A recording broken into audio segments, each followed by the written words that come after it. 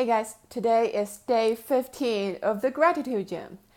Have you had days when you feel like, oh, I'm so busy today, but by the end of the day, you feel like, I didn't do much today. I didn't get anything accomplished.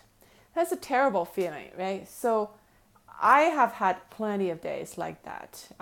I would be running around all day, feeling so busy, but in the end, I feel like, oh, what did I do today? Nothing happened. I see no results.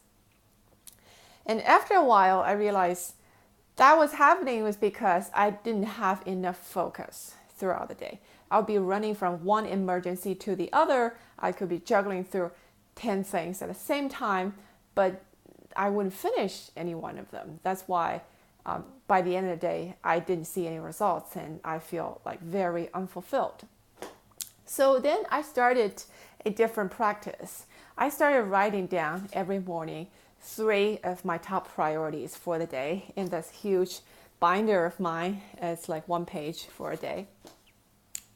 And I realized the action of writing things down really helped me to focus. It's not like I have to think about my priorities or check back at my list every minute of the day. But subconsciously, I've already set the intention to, focus on these 2 or 3 things. And really, that helps me to move through the day so much more gracefully and be more internally organized. So I realized that's a very helpful exercise.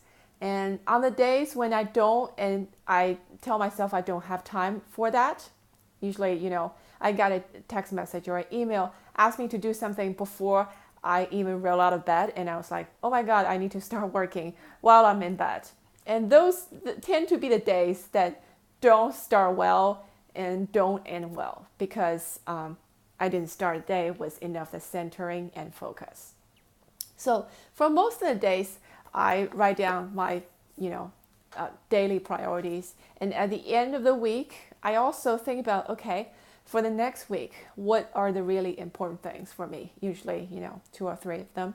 And at the end of each month, I would think about what are the 5 things for the next month that I want to focus on or I want to bring into my life.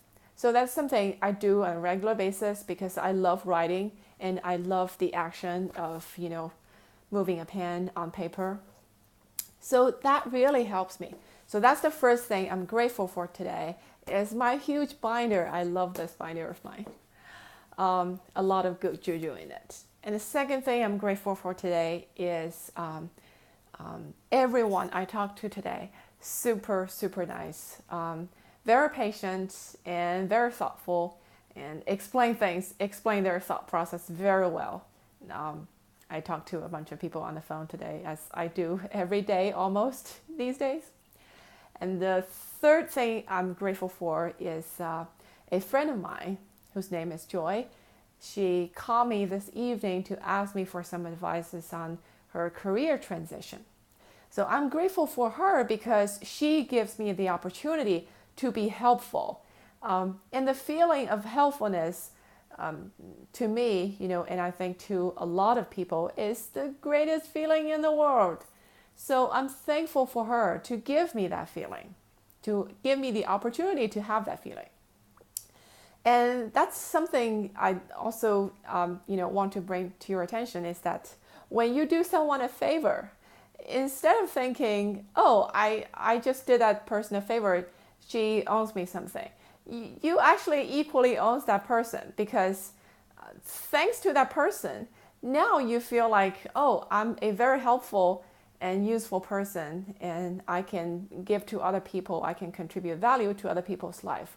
And that's actually a huge source of happiness for most of us. When we feel that we are helpful to other people, to society, that we feel like our purpose is fulfilled. And that is one of the fundamental sources of happiness. So when you do someone a favor, remember to thank that person, to be grateful to that person because they just give you the opportunity to feel good about yourself.